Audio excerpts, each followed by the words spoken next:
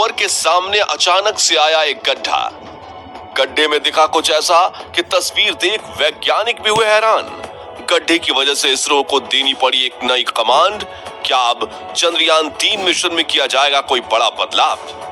दोस्तों, चंद्रयान-3 मिशन इस समय अपने अंतिम पड़ाव पर है और वैज्ञानिक दिन रात चांद पर रिसर्च करने में जुटे हुए हैं। खोजबीन के इस काम में वैज्ञानिकों की मदद हमारे चंद्रयान-3 का विक्रम लैंडर और प्रज्ञान रोवर कर रहे हैं, क्योंकि इन्हें इसी काम को करने के लिए चांद के दक्षिणी ध्रुव पर भेजा गया है। हालांकि ये दोनों अपने अपने कामों में पूरी तरह से माहिर हैं, लेकिन चांद की ये दुनिया इतने रहस्यों से भरी हुई है कि हर रोज इन्हें एक नई मुसीबत व एक नई चुनौती का सामना करना पड़ रहा है। और ऐसी ही एक चुनौती अभी अभी प्रज्ञान रोवर के सामने आई, जब ये चांद पर खोजबीन करने के लिए एक लंबे रूट पर निकला हुआ था। दरअसल हुआ ये कि रोवर के सामने अचानक से एक बड़ा क्रेटर यानी गड्ढा आ गया, जिसके वहां होने की उम्मीद इसरो वैज्ञानिकों को भी नहीं थी। अब इस गड्ढे को प्रज्ञान रोवर ने किस तरह पार किया? इसके अंदर ऐसा क्या था कि वैज्ञानिकों द्वारा रोवर को एक नई कमांड देनी पड़ी? और प्रज्ञान रोवर ने चांद पर वो कौन सी बड़ी खोज की है जिसकी चर्चा पूरी दुनिया में हो रही है? आइए इस सब के बारे में डिटेल से जानते हैं। दोस्तों, प्रज्ञान रोवर के सामने यह गड्ढा कैसे आया और इस बाधा को किस तरह पार किया गया, ये जानने से पहले हमें यह समझना जरूरी है कि प्रज्ञान रोवर यहां तक पहुंचा कैसे और ये किस टेक्नोलॉजी पर काम करता है। असल में 14 जुलाई 2023 के दिन जब इसरो वैज्ञानिकों ने चंद्रयान-3 को लॉन्च किया था, तो प्रज्ञान रोवर भी इस मिशन का हिस्सा था।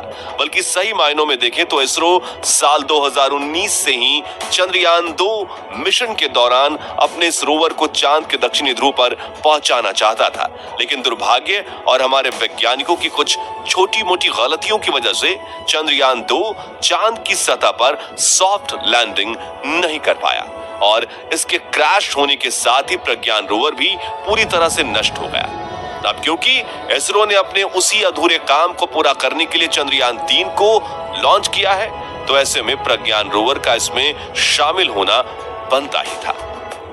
साथियों, प्रज्ञान रोवर एक फुल्ली रोबोटिक रोवर है जिसके पीछे की तरफ 2 कैमरे लगाए गए हैं, जिन्हें हम रोवर की 2 आंखें मान सकते हैं। आपको बता दें कि इन्हीं 2 आंखों की बदौलत ये अपने सामने के बड़े गड्ढे को डिटेक्ट कर पाया, लेकिन इसके बाद क्या हुआ उसके बारे में डिटेल में हम आगे समझेंगे। पहले हम प्रज्ञान रोवर में लगे रिसर्च इंस्ट्रूमेंट्स यानी कि इसके पेलोड के बारे में आपको बताते हैं। तो इसरो वैज्ञानिकों ने प्रज्ञान रोवर को 2 साइंटिफिक इंस्ट्रूमेंट से लैश करके भेजा है, जिनके नाम अल्फा पार्टिकल एक्सरे स्पेक्ट्रोमीटर यानी APAXIS और लेजर इंड्यूस्ड ब्रेकडाउन स्पेक्ट्रोस्कोप यानी LIBS है। इसमें APAXS के द्वारा एक स्पेस माइक्रोस्कोप के जरिए प्रज्ञान रोवर चांद पर मौजूद अलग अलग ऑब्जेक्ट्स जैसे मिट्टी, पत्थर और चट्टान वगैरह के सैंपल को बेहद करीब से देखकर गहराई से एनालाइज कर रहा है। जबकि LIBS, जैसा कि इसके नाम से ही समझ आता है, ये एक लेजर टूल है और यही वो उपकरण है जिसकी मदद से प्रज्ञान रोवर ने चांद पर एक नए तत्व की खोज की है।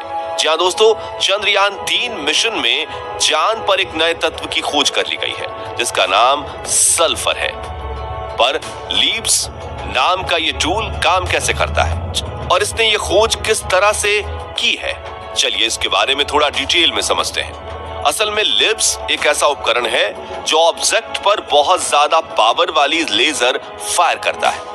इस लेजर की वजह से वो ऑब्जेक्ट गर्म होकर चमकने लगता है और उसकी चमक से फिर ये अंदाजा लगाया जाता है कि उसमें कौन कौन से एलिमेंट्स शामिल हैं। इसी तरह लिब्स की मदद से जब चांद पर मौजूद एक पत्थर के ऊपर ये लेजर फायर किया गया तो पता चला कि इसमें सल्फर तत्व मौजूद है। और सिर्फ सल्फर ही नहीं बल्कि लिब्स की हेल्प से चांद पर एल्युमिनियम, कैल्शियम और आयरन जैसे कई सारे तत्वों की खोज कर ली गई है और फिलहाल ये उपकरण यहाँ हाइड्रोजन ढूंढने का काम कर रहा है। अब आप सोच रहे होंगे कि एक 26 किलो वजन वाला रोवर, उसमें लगे इतने सारे साइंटिफिक इंस्ट्रूमेंट, भला 50 वाट बिजली से कैसे चल सकता है? क्योंकि इससे सोलर पैनल्स तो इतनी ही बिजली जनरेट कर सकते हैं। असल में दोस्तों प्रज्ञान रोवर केवल पृथ्वी पर ही 26 किलो का है, जबकि चांद पर इसका वजन सिर्फ 4.5 किलो के करीब रह जाता है।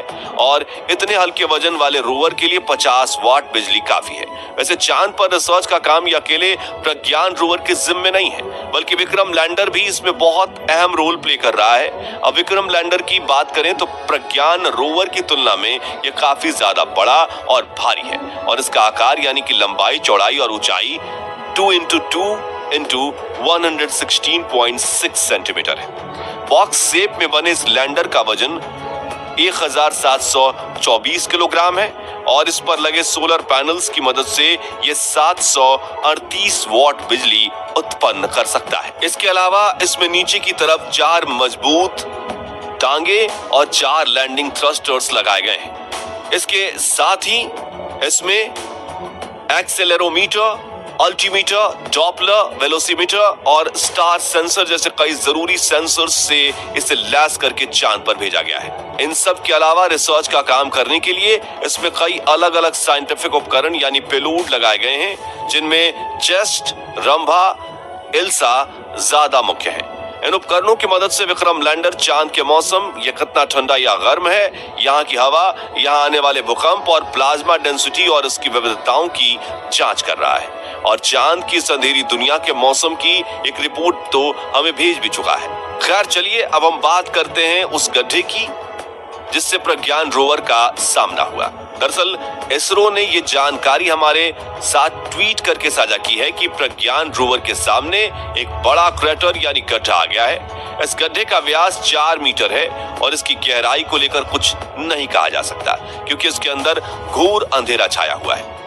इस ट्वीट के साथ 2 फोटो भी शेयर किए गए हैं, जिसमें से एक के अंदर यह गड्ढा साफ साफ नजर आ रहा है, और दूसरे फोटो पर अगर आप नजर डालेंगे तो उसमें आपको सपाट मैदान पर प्रज्ञान रोवर के पहियों के निशान बने हुए नजर आएंगे।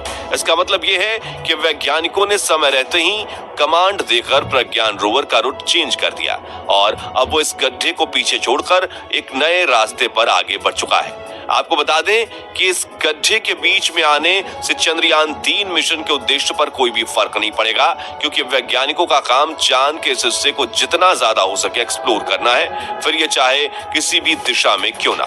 वैसे आपकी जानकारी के लिए बता दें कि इससे पहले भी प्रज्ञान रोवर के सामने एक गड्ढा आया था, लेकिन उसका साइज सिर्फ 100 मिलीमीटर था।